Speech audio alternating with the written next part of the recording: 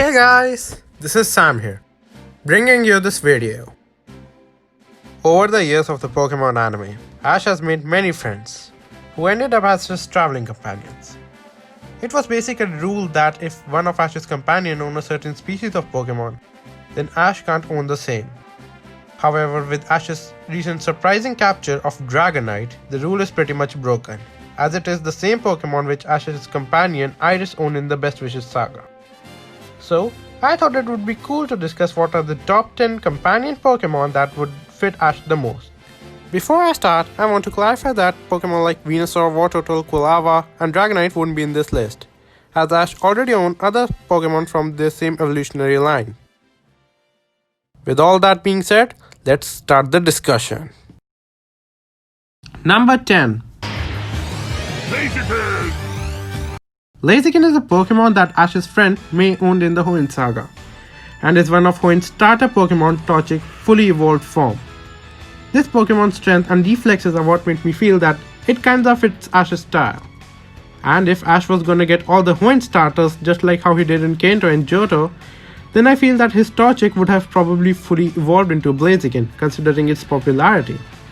The reason why Blaziken is so low on this list though is because Ash already owns two other fire and fighting type Pokemon, being Infernape and Pignite. So I don't think it's the best idea for him to own another fire starter of the same type matchup. Number 9. Crobat is one of those Pokemon which Brock owned in the Johto saga, which evolved all the way from a Zubat. This is a cool and fast bat-like Pokemon, which in my opinion would be very cool for Ash to have. Moreover, in episodes named Clefairy and the Moonstone, the same episode where Brock catches his Zubat, Ash actually mentions how he also wanted to catch a Zubat of his own.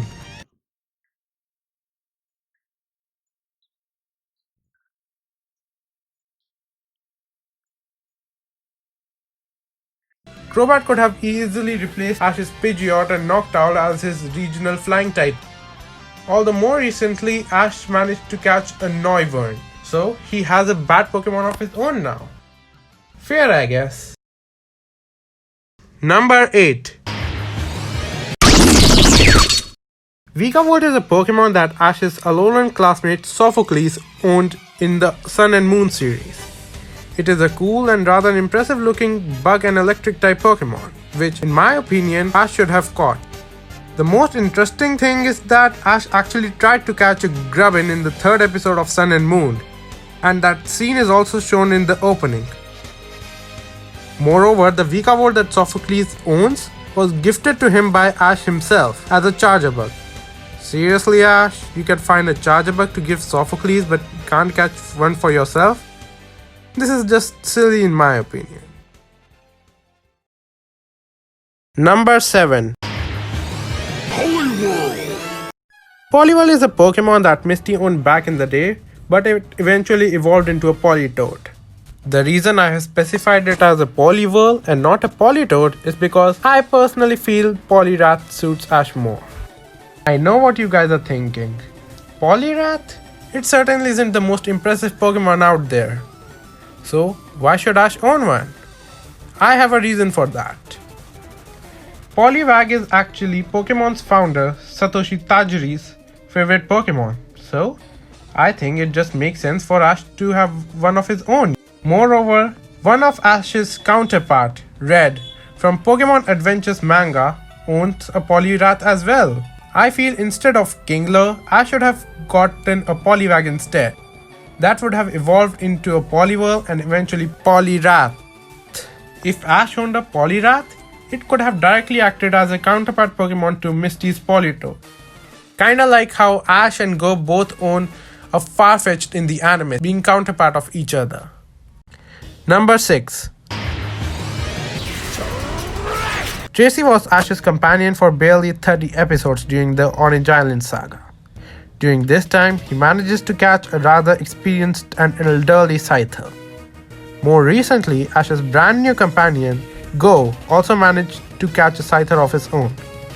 Scyther in my opinion is one of those early gen bug types that look rather fearsome. Long ago, Ash participated in a bug catching contest in the Johto region, where he really wanted to catch a Scyther but ends up getting a Beedrill instead, which he later gives to Casey for helping him. Also, more recently, in episode 6 of Pokemon Journeys, Ash wanted to catch Scyther for himself. I feel if Ash ever managed to catch a Scyther of his own, then things would have been very interesting for sure. Maybe he could have gotten a scissor or two. Number 5. Luxor is a Pokemon that Clemont owning the XY series. It is an amazing, strong, and badass looking Pokemon species, and ever since the days of Sinnoh, I really wanted Ash to have one. In one of the filler episodes of Diamond and Pearl Saga, Ash encounters a wild Luxio, who was the leader of the wild Pokemon in that area. At the end of the episode, Ash had to say goodbye to Luxio. I always felt how this was such a big missed opportunity for him to catch one. I guess it makes sense as it was the leader of the area, but still, I think the writers are just unwilling to give Ash any electric type other than Pikachu. I feel that's just silly. Number 4. Sobble is a Galar starter which people really wanted Ash to catch, including myself. Moreover, the magazine scans, the special preview, and even the summary was hinting towards the possibility of Ash catching Sobble. But in the end, Go got Sobble instead. If Ash was to get Sobble, it would have probably evolved into a badass Inteleon by the end of the series, and would have become his ace. But well, I guess the writers just have slightly different plans for Sobble, by giving its ownership to Go. However, I still feel that Ash should have owned an Inteleon, considering how Go owned a Cinderace. Number 3.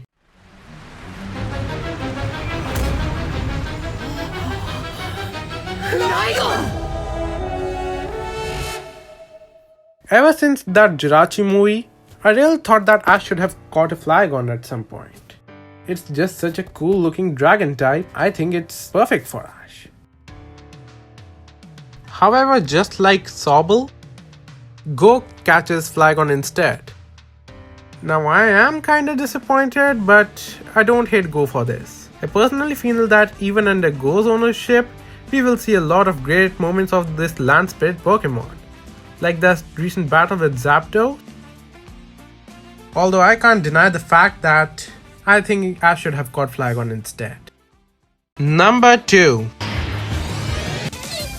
Eevee is the second mascot after Pikachu. It is owned by 3 PokeGirls in the anime, namely May, Serena, and Lana. And it's revealed that the side character in Pokemon Journeys named Chloe is going to get one soon. Espeon is by far the most requested evolution for Ash. This is probably because Red, Ash's counterpart in the games, own an Espeon as well. During the Sun and Moon saga, many people thought that the recurring Eevee would be caught by Ash and will probably evolve into Espeon at some point. However, Lana catches Eevee instead, kinda like the Sobble situation. However, I still hope that at some point he does get an Eevee and an Espeon as well. Number 1.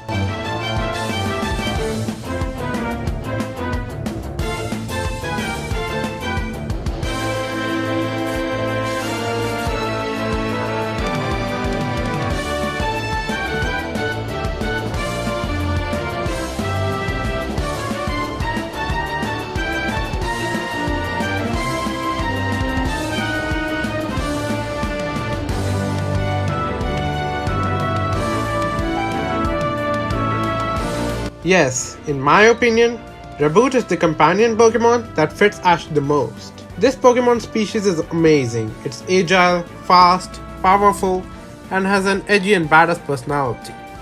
And overall, very unique. I really liked Go's Raboot, and due to it, Raboot ended up becoming my third favorite Pokemon of all time. Since Go's Raboot has evolved into Cinderace now, why not give Ash a Raboot of his own? It can be similar of how Go recently obtained a Raichu in episode 35. Few may call me biased, but I feel Raboot is the companion Pokemon that would be perfect for Ash to own. Not to mention, it will also fit the spot of Ash owning a Galar starter. Maybe Ash can own a Scorbunny and then evolve it into Raboot. And after that, people will stop complaining of how Scorbunny evolved so soon in the anime.